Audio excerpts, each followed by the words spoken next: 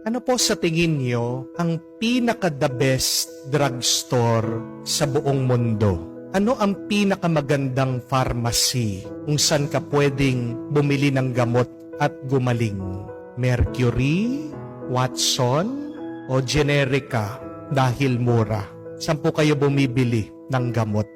Mabibigla po kayo dahil ang pinaka-the best, pinakamagandang drugstore o pharmacy, libre po binibigay ang gamot. At wala po yan sa labas. Nasa loob na natin. Nasan po sa katawan natin? Nasa utak mo. Ang isip mo. Dahil pag may nararamdaman po tayong masama o pag may sakit tayo, ang isip po natin naglalabas ng kemikal para pagalingin ang ating katawan. Para bumuti ang ating karamdaman. Halimbawa na lang po, isang gamot po sa kanser ngayon, tinatawag po nilang interleukin 2. Napakamahal po.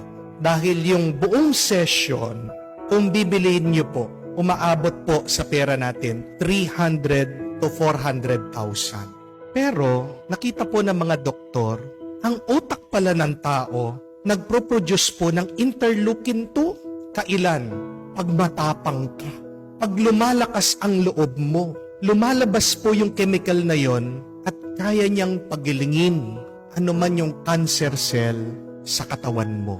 Pero tingnan niyo po yung artificial na gamot na yon, binebenta nila, napakamahal. Hindi mo na kailangan bumili nun. Anong kailangan mo lang gawin?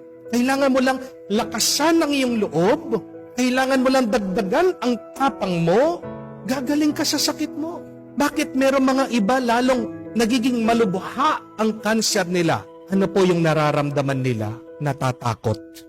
Pag takot ka, nai-stress ka, lalo kang manghihina, lalo kang magkakasakit. Amen? Yung mga depressed, ano po yung binibigay na gamot ng mga psychiatrist sa kanila? Para makatulog sila, para po ma-relax sila, Valium. Yan po artificial. Gawa ng tao, chemical. May side effect po yan. Pero alam niyo po ba, pag masaya ka, merong nilalabas na chemical, ang utak mo, ang isip mo, endorphins. Yan yung nag-i-improve ng mood mo. Kaya nga, minsan parang napakagaan ng iyong nararamdaman. Pansinin niyo po, pag ngumingiti ka, pag tumatawa ka, pag masaya ka, hindi mo na kailangan uminom ng Valium. Ang kailangan mo lang gawin, subukan niyo po, ngumiti ka. Magbasa ka ng joke, manood ka ng comedy, umalaka ka, tumawa ka.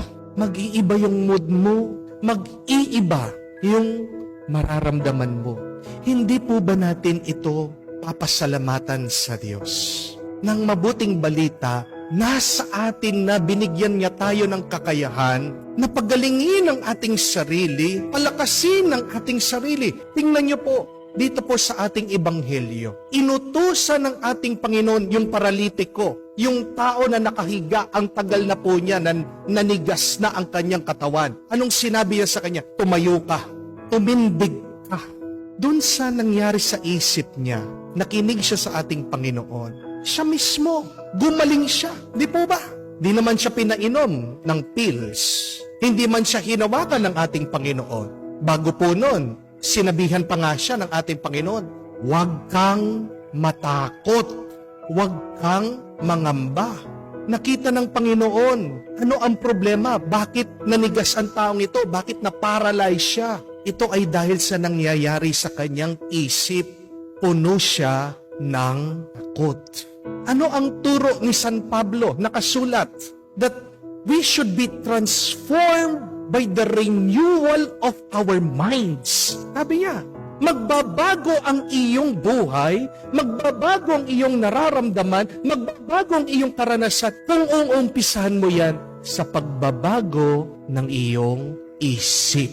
Tanungin niyo po ang inyong sarili. Ano ba ang tumatakbo sa inyong isip? Dahil dyan nagdidepende ang iyong nararamdaman. Your thoughts becomes your feelings, and your feelings is your experience in life. If you have good thoughts, then you have good feelings. And if you have a good feeling, you will have a good experience. Sigurado, meron mga iba sa inyo, sasabihan ako, Father, madaling sabihin, mahirap gawin. Hindi po ba? Pero sa totoo lang po, sinong nagpapahirap sa buhay natin? Kayo, sa inyong mga iniisip. Tignan niyo po, yung inyong pagsasalita. Napakahirap, Father. Paano magiging madali? Ikaw na nga nagsabi, mahirap. Yung mga iba, Father, pagod na ako. Paano ka mapapahinga? Kung iniisip mo, pagod ka palagi. Sinasabi, Father, gusto kong masaya, kaya lang nadidepress ako dito sa utang ko, dito sa sakit ko, dito sa asawa ko. Paano ka sasaya kung wala kang ibang iniisip kung hindi ang iyong problema? Change your mind. You will change your experience.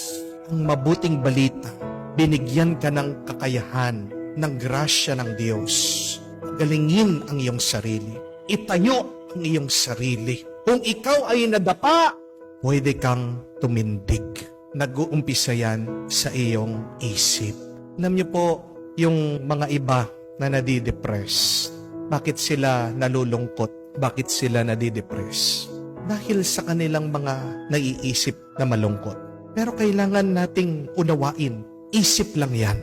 Mga naiisip mo lang yan. Amen? At ang ating mga naiisip, ganito po nyo unawain. Parang frequency lang yan ng radyo. Pag hindi mo gusto yung musika, yung naririnig dun sa radyo, ano pong gagawin nyo? E di palitan mo, pindutin mo, alisin mo, i-turn mo yung knob. Di po ba? Ang mga naiisip natin, unawain nyo po, parang programa lang yan sa TV. Di po ba? Pag ayaw mo yung napapanood mo, anong kailangan mong gawin? E di lipat mo, kunin mo yung remote. Kung wala pa nga yung remote, di pindutin mo ang iyong TV. Eh ngayon nga, sinaswipe lang natin eh. Di po ba?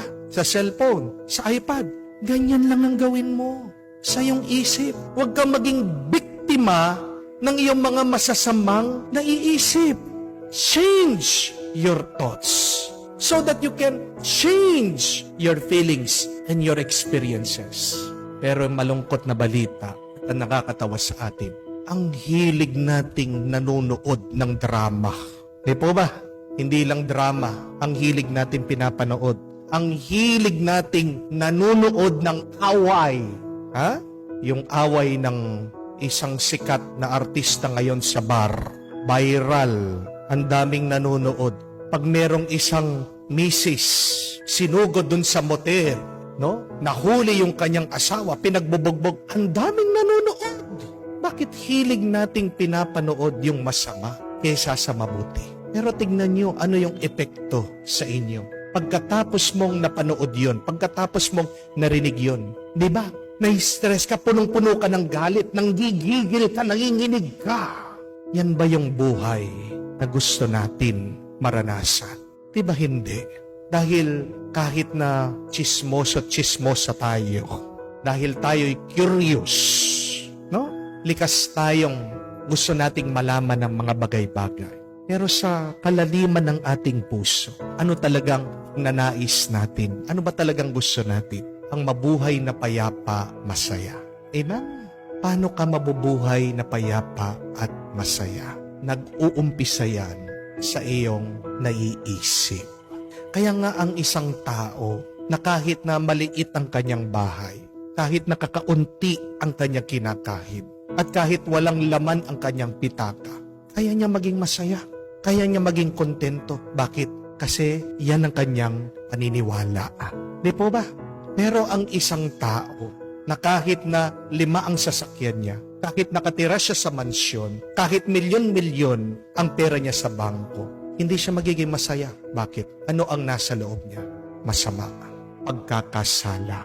Mga kapatid, kaya naman nating palitan ang channel eh. Kaya naman nating pumili ng ibang pakikinggan at mapapanood sa loob ng ating mga isipan. Kaya mong palakasin ang iyong sarili. Kaya mong pagalingin ang iyong sarili. Kaya mong baguhin ang iyong karanasan. Umpisan mo lang na palaging makinig sa salita ng Diyos.